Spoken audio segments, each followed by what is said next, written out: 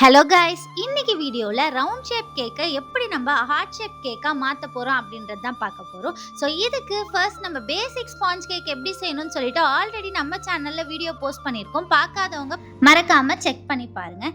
இன்னைக்கு இந்த வீடியோவில் நம்ம 1/2 kg சாக்லேட் ட்ரஃபிள் கேக்கை எப்படி ரவுண்ட் ஷேப்லேருந்து ஹார்ட் ஷேப்பாக மாற்றிருக்கோம் அப்படின்றது தான் பார்க்க போகிறோம். ஸோ எனக்கு ஒரு கஸ்டமர் அவங்களோட ஹஸ்பண்ட் பர்த்டேக்காக 1/2 kg chocolate truffle cake heart ஷேப்பில் கேட்டிருந்தாங்க.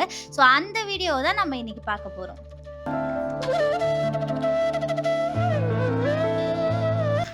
நீங்க ஒரு பிகினரா இருக்கீங்க, உங்ககிட்ட ஹார்ட் ஷேப் மோல்டு இல்ல.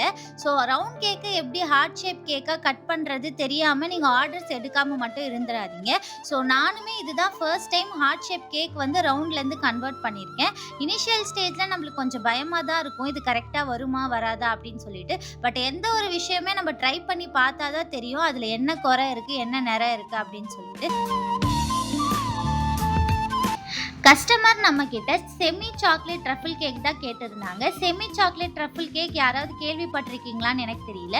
பட் கஸ்டமரே எனக்கு எக்ஸ்பிளைன் பண்ணியிருந்தாங்க, என்னன்னா வெறும் சாக்லேட் மட்டும் வேண்டாம், எனக்கு விப்பிங் க்ரீமோட சாக்லேட் ஆட் பண்ணி கொடுங்க அப்படின்னு சொல்லி கேட்டிருந்தாங்க.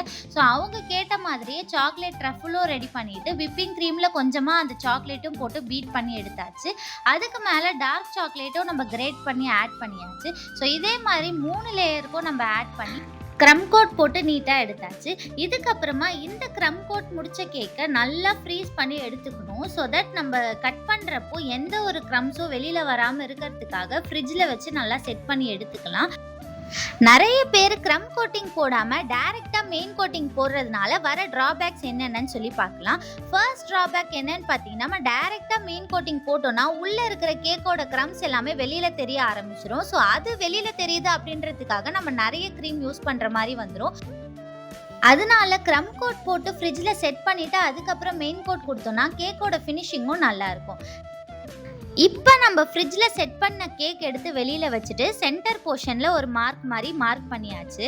அதுக்கு அடுத்து அந்த சென்டர்லேருந்து மேலேருந்து கால் வாக்கில் கொஞ்சமாக ஒரு லைன் மாதிரி மார்க் பண்ணிவிட்டு அதை சைடு வழியாக நீங்கள் கட் பண்ணிங்கன்னா ஹார்ட் ஷேப்போட சைடு கிடச்சிடும். ஸோ நீங்கள் வீடியோவை கிளியராக பார்த்தா மட்டும்தான் தெரியும்.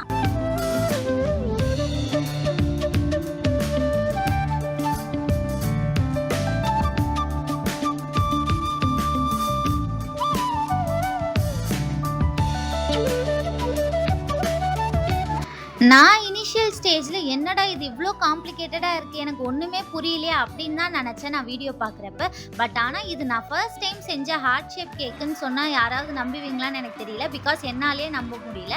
ஆனால் நான் இதில் 2-3 மிஸ்டேக் பண்ணியிருக்கேன். என்ன மிஸ்டேக்குன்னு பார்த்தீங்கன்னா, நம்ம சென்டர் போர்ஷன் கட் பண்ணதுக்கு அப்புறமா சைடில் கொஞ்சம் கட் பண்ணி தான் அந்த ஹார்ட் ஷேப்பை கொண்டு வரணும். நான் பண்ண மிஸ்டேக் என்னன்னு பார்த்தீங்கன்னா, 2 சைட்லையுமே கொஞ்சம் எக்ஸஸாக கட் பண்ணதுனால எனக்கு சைடு மட்டும் கொஞ்சம் குண்டாக தெரியுற மாதிரி இருக்கு.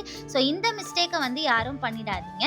இது மேட்ச் பண்ற மாதிரி நான் ஐசிங் பண்ணிட்டேன். அதுக்கு அடுத்து நம்ம சாக்லேட் ட்ரஃபிள் சிரப்பு மேலே ஊற்றி மெயின் கோட்டிங்கும் கொடுத்துட்டு இருக்கோம். இந்த கோட்டிங் முடிச்சதுக்கு அப்புறமா ஃப்ரிட்ஜில் மறுபடியும் ஒரு 10 மினிட்ஸ் ஃப்ரீஸ் பண்ணி எடுத்துடலாம். அதுக்கடுத்து மேஜர் ப்ராப்ளம் எல்லா ஹோம் பேக்கர்ஸும் இனிஷியல் ஸ்டேஜில் ஃபேஸ் பண்ணுறது என்னன்னு பார்த்தீங்கன்னா, இந்த டர்ன் டேபிள்லேருந்து கேக்கை எப்படி போர்டுக்கு மாற்றுறது அப்படின்னு சொல்லிட்டு. ஸோ நீங்கள் ஃபர்ஸ்ட் என்ன பண்ணணும், சப்போர்ட்காக 2 ஸ்பேச்சுலா இல்லைனா வேறு ஏதாவது நல்லா படர்ந்து இருக்கிற ஆப்ஜெக்டாக யூஸ் பண்ணிக்கணும்.